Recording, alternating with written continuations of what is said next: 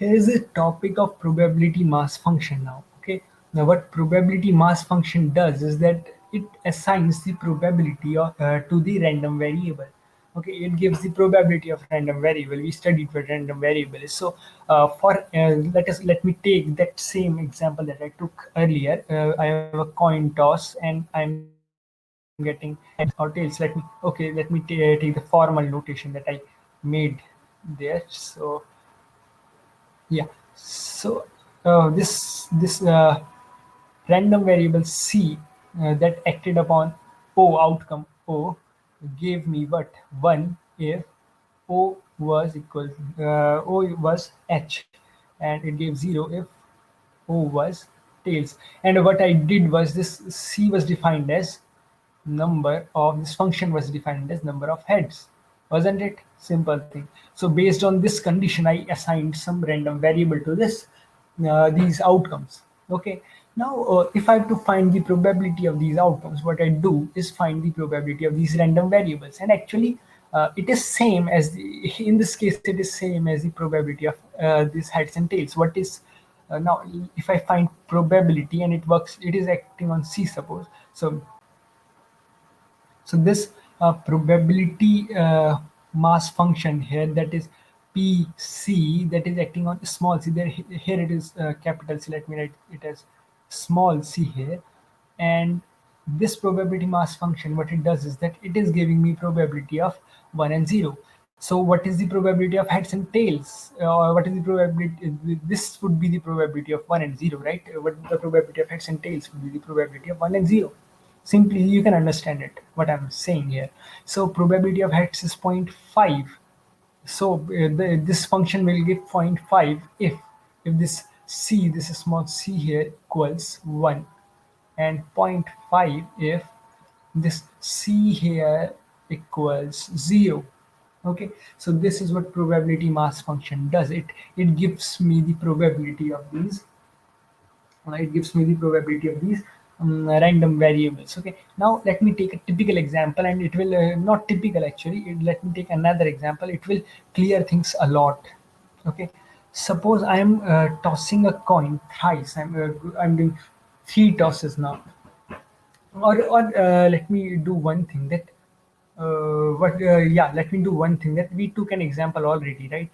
While studying axioms, we took an example. Let me just take that example again. I was doing an experiment that had rolling of dice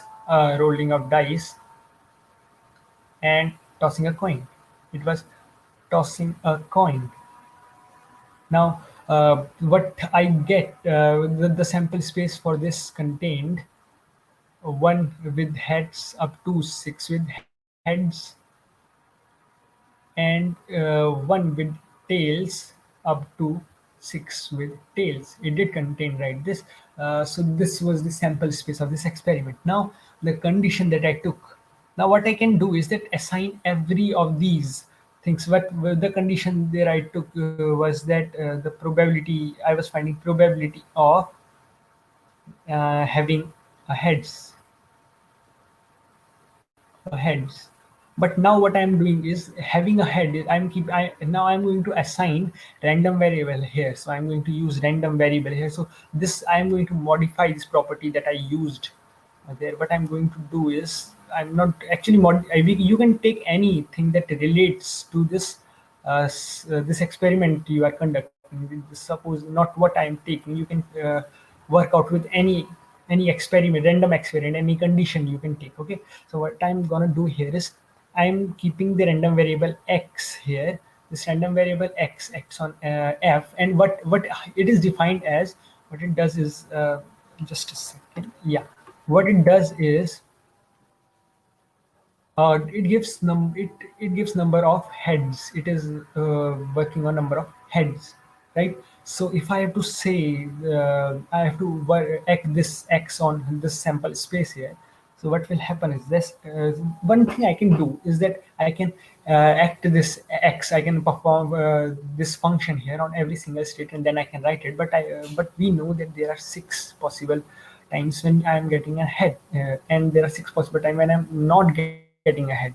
So number of heads here what will become is x of getting an heads. It will work on these six states. Will so the f here will equal 1 comma 6 2 sorry 1 comma h2 6 comma h, right? It will act on those. If I had to expand it, if I had to perform this function simply, I'd be writing x on 1 comma h will give me there is one head, so this condition will give me one head. Then h on 2 comma h will give me one head. So this will be one, this will be one, and I can similarly six times gonna write this, and so I can combine all these as one. Okay, I can combine represent all these as single one here, right?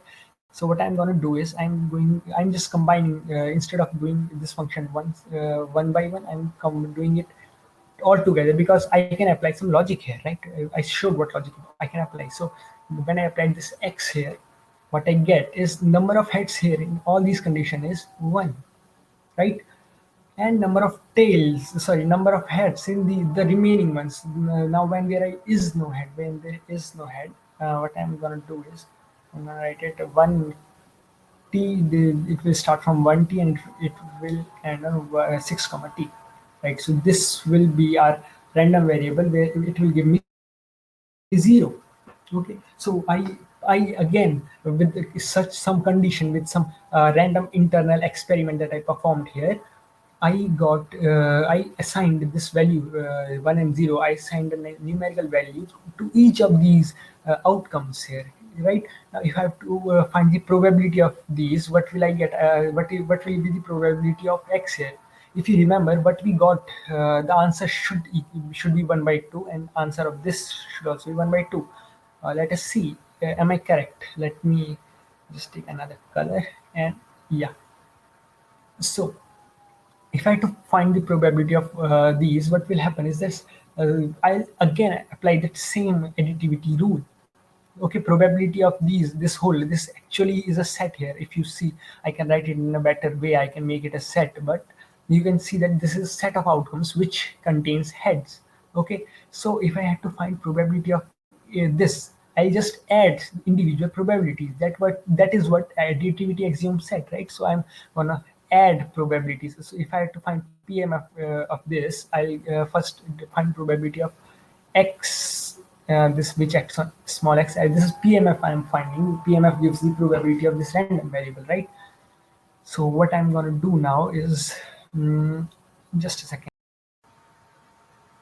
Yeah, so probability PMF or probability of this random variable x will be so what as I said, I'm going to add individual probabilities. The probability of 1 by h is 1 by 12, and I'm going to add them six times plus. I'm going to add it six times, so which is equal to 6 into 1 by 12. We have all done it, so it will give me 1 by 2. Similarly, PF when x is become mean 1, when this I can write instead of px, x is here, x is becoming 1. It is not this x here, it is 1. When this PMF is acting on 1 random variable 1, we are getting probability 1 by 2. When this px here is acting on 0, this random variable 0, what am I gonna get is 1 by 2 added six times, simply 1 by 12 and again 1 by 2. Simple things, right? So we found out that our probabilities are 1 by 2 and 1 by 2. So this is what PMF and random variable can do. Okay, it is a great thing now. I can now use this px to what I can do is I can use this to plot the probability. I can plot a probability distribution using this. Okay,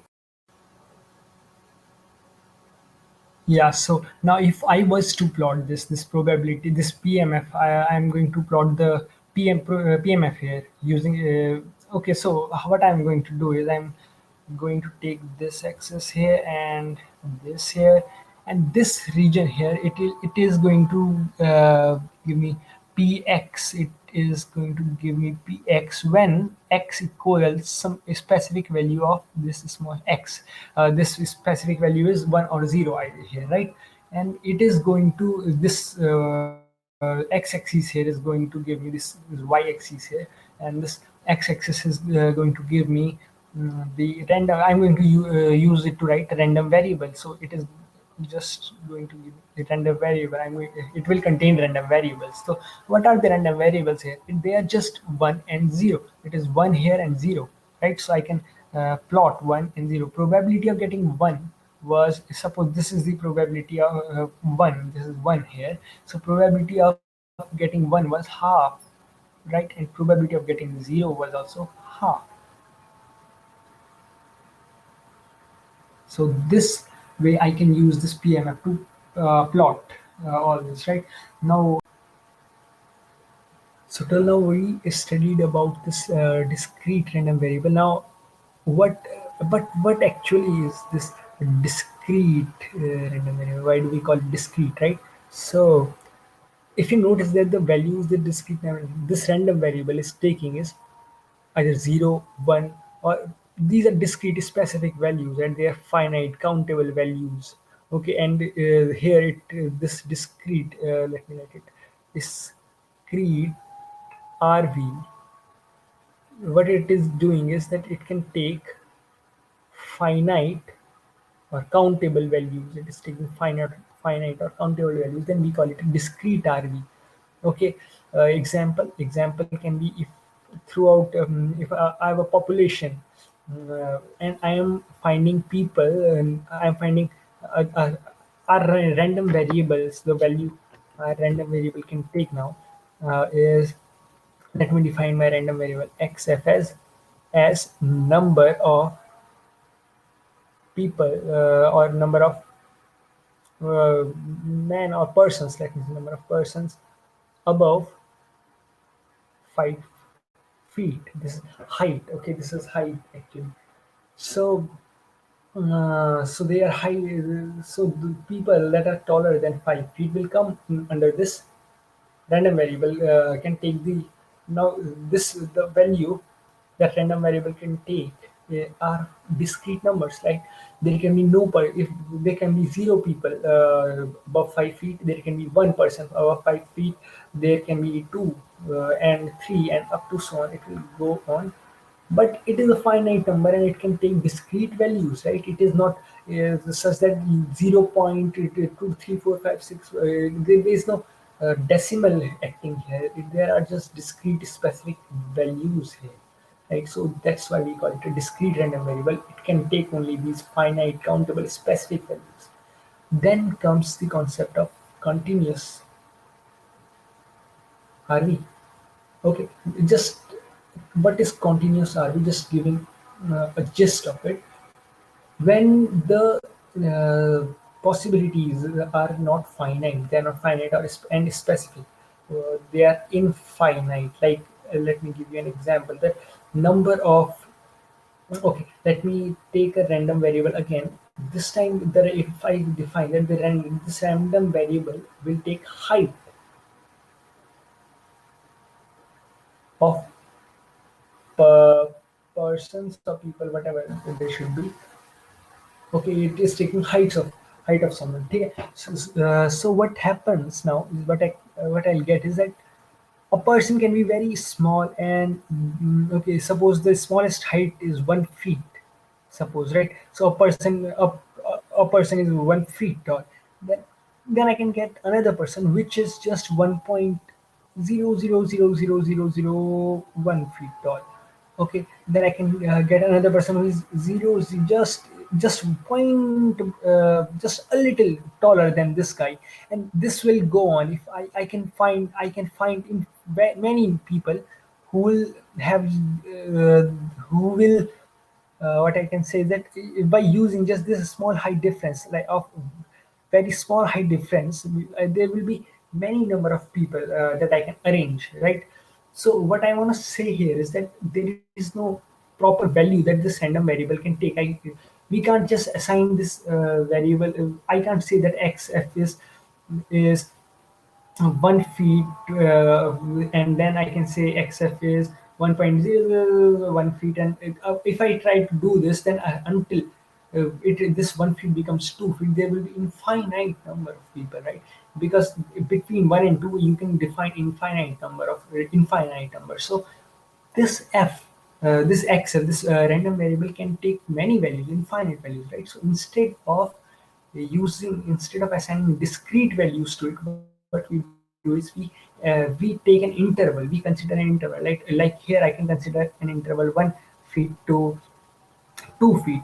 Okay, so I can assign this random variable this value. This random variable can take this value too, and then I can take another interval that says 2 feet to 3 feet. Don't mind if I'm confused. There is something wrong with this closed interval and open it. I'm just doing it randomly. Okay, don't focus on it.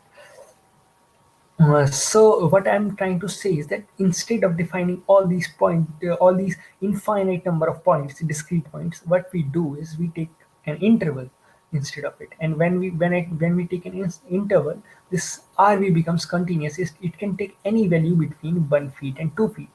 So if I plot a graph here, what I want to say is that suppose there is a random graph, I'm drawing a random graph here. So a random variable now won't just take a specific value like the graphs we plotted.